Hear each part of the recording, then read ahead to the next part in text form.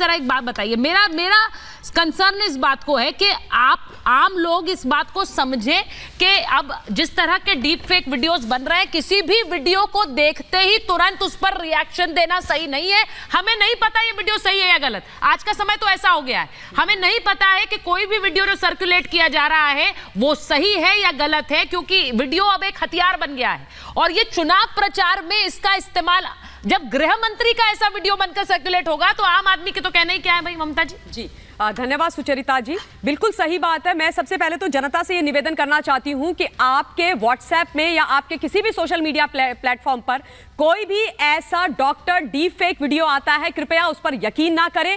पहले उसकी आगे पीछे की जो जांच होती है वो कर लें, वरना आप भी उस पाप के भागीदार हो जाएंगे जो कांग्रेस कर रही है, पहली बात। दूसरी जरूरी बात मैं ये बता देना चाहती हूं, ये जो डीप फेक वीडियो आदरणीय गृह मंत्री जी के मुंह के शब्दों से या प्रधानमंत्री जी के मुंह के शब्दों से निकाला गया है, ये भारतीय जनता पार्टी विरोधी नहीं है। इससे गृह मंत्री जी या प्रधानमंत्री जी को नुकसान पहुंचाने की खाली मंशा नहीं है, ये देश विरोधी है, ये जनता विरोधी है। इस देश को ध्वस्त करने की ये प्लानिंग है। इस देश के अंदर चुनाव के समय, चुनाव से पहले, चुनाव के दौरान बहुत भयंकर दंगे कराने की ये प्लानिंग की गई है ताकि इससे जनता मरे।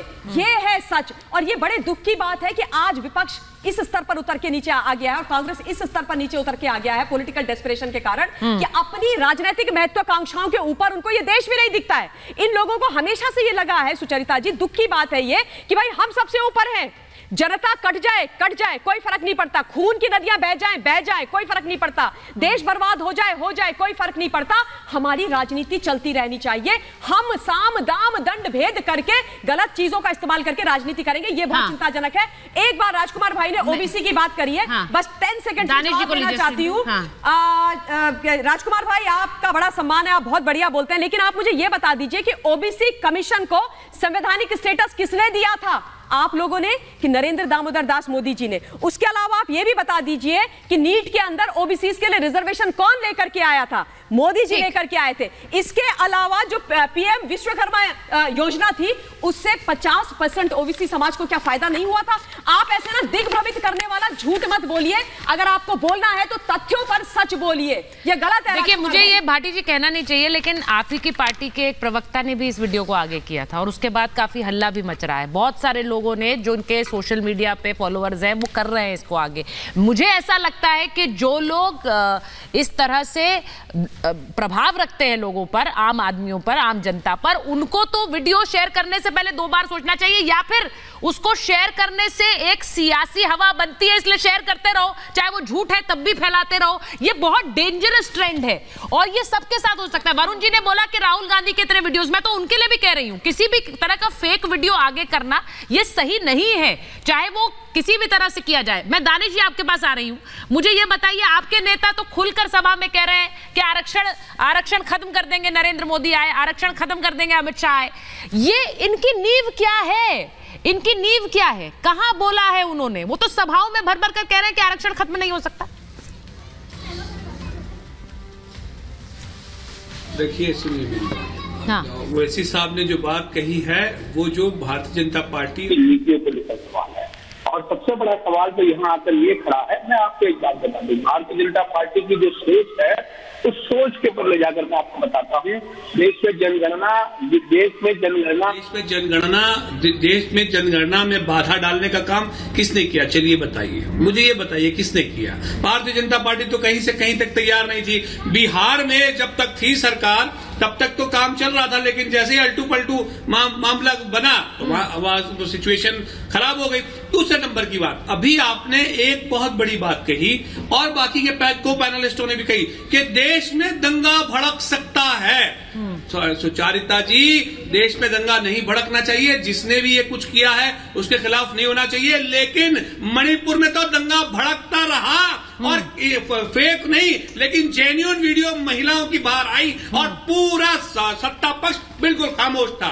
तो सवाल यह है कि भारतीय जनता पार्टी की राजनीति में जब आती है तो मोदी जी मंच पे निकल के आ जाते हैं और 4 महीने तक वहां दंगे होते रहे। उसके बाद जब अंतर्राष्ट्रीय स्तर पर महिलाओं के साथ जो बर्बरता मामला बचा तब जाकर वो बाहर निकले। तो ये जो दोहरे मापदंड है कि अपनी राजनीति के लिए तो आप बाहर निकलते हैं लेकिन महिलाओं की सुरक्षा के लिए बाहर नहीं निकलते, ये कितना मुनासिब है सुचारिता जी? देखिए कुरैशी साहब मुझे एक बात बताइए, आज टॉपिक मणिपुर है क्या?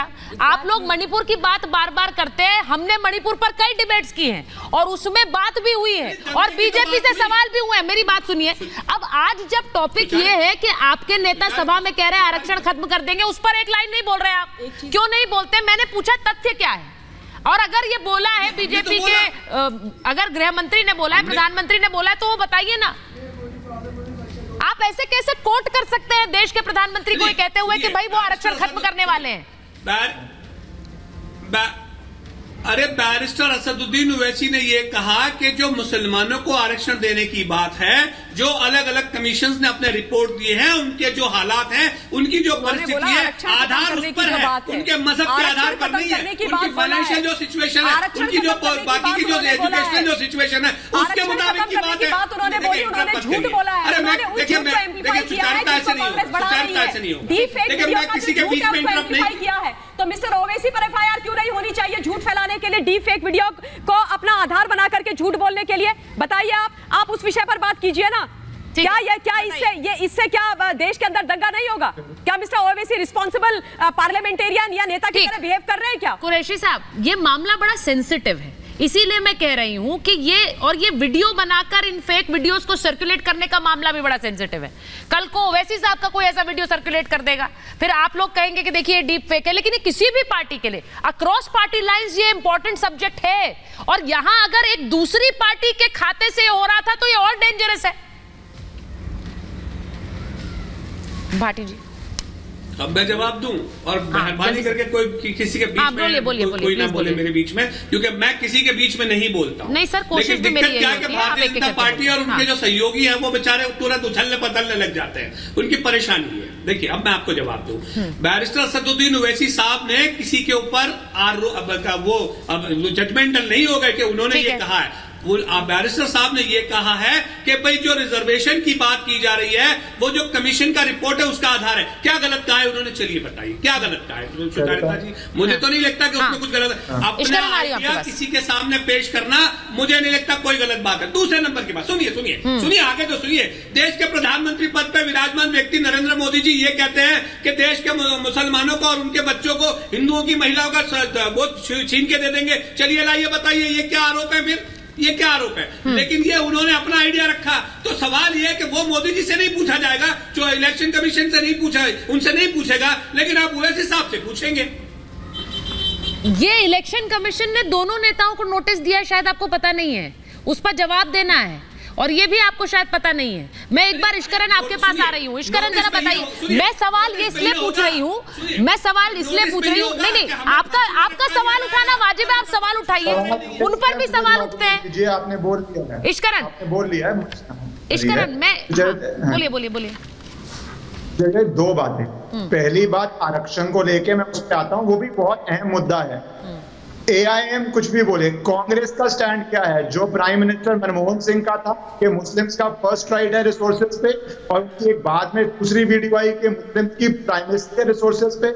उसके अंदर तीसरा सवाल है, क्या अलीगढ़ मुस्लिम यूनिवर्सिटी में, क्या जामिया इस्लामिया यूनिवर्सिटी में जो आरक्षण काम करते हैं, जय भीम जय मीम की बात करते हैं, OBC की बात करते हैं, क्या वहां पे आरक्षण नहीं होना चाहिए जबकि सारा पैसा सेंट्रल यूनिवर्सिटी से आ रहा है? एक्सक्लूसिव जोन होना चाहिए जहां पे आरक्षण नहीं लगता जबकि सेंट्रल भी फंडेड यूनिवर्सिटी है? ये एक बड़ा सवाल है, इस पे कांग्रेस को जवाब देना चाहिए। पर अब आ जाते हैं जो बातें हो रही हैं। आप किसी पॉलिटिकल पार्टी के लिए ये बोलें कि उसकी नीति ये होगी और आप उस नीति को इस तरह समझ रहे हैं, वो वाजिब है, वो पॉलिटिकल डिस्कोर्स का पार्ट है। पर आप अब नकली वीडियो बनाते हैं, एडिट करते हैं, home minister, prime minister, defence minister, किसी भी जो रिस्पॉन्सिबल पोस्ट पे मंत्री बैठा हुआ है उसके मुंह से फेक वीडियो निकलवाते हैं, तो वो नेशनल सिक्योरिटी थ्रेट है। ये कंप्लीटली सेपरेट सब्जेक्ट है नेशनल सिक्योरिटी का, जिसमें आप जो व्यक्ति कमांडिंग पोजीशन में है उसकी फेक वीडियो सर्कुलेट करते हैं समाज में तनाव करने के लिए, क्रॉस करने के लिए। पर रिजर्वेशन की जहां बात है, इनको जवाब देना चाहिए। क्या चाहते हैं ये कि मुस्लिम की SC ST के अंदर रिजर्वेशन हो जाए? ये चाहते हैं ये? क्या ये कांग्रेस का स्टैंड है? उससे नुकसान किसका होगा? उसका जवाब दे। स्टैंड तो है ना, क्योंकि कर्नाटक में वो किया गया है। हाँ, एक बस सच्ची बात, और अगर मुस्लिम रिजर्वेशन होती है तो उसमें अशरफ, पठान, खान, तो सारे एलीट थे जो कहते थे हमने 600 साल राज किया, क्या उनको भी हक होना चाहिए? तो ये दोनों बातों में इनको जवाब देना चाहिए। कांग्रेस का क्या स्टैंड है या समाजवादी पार्टी का क्या स्टैंड है? एग्जैक्टली, मैं उस पर आ रही हूँ।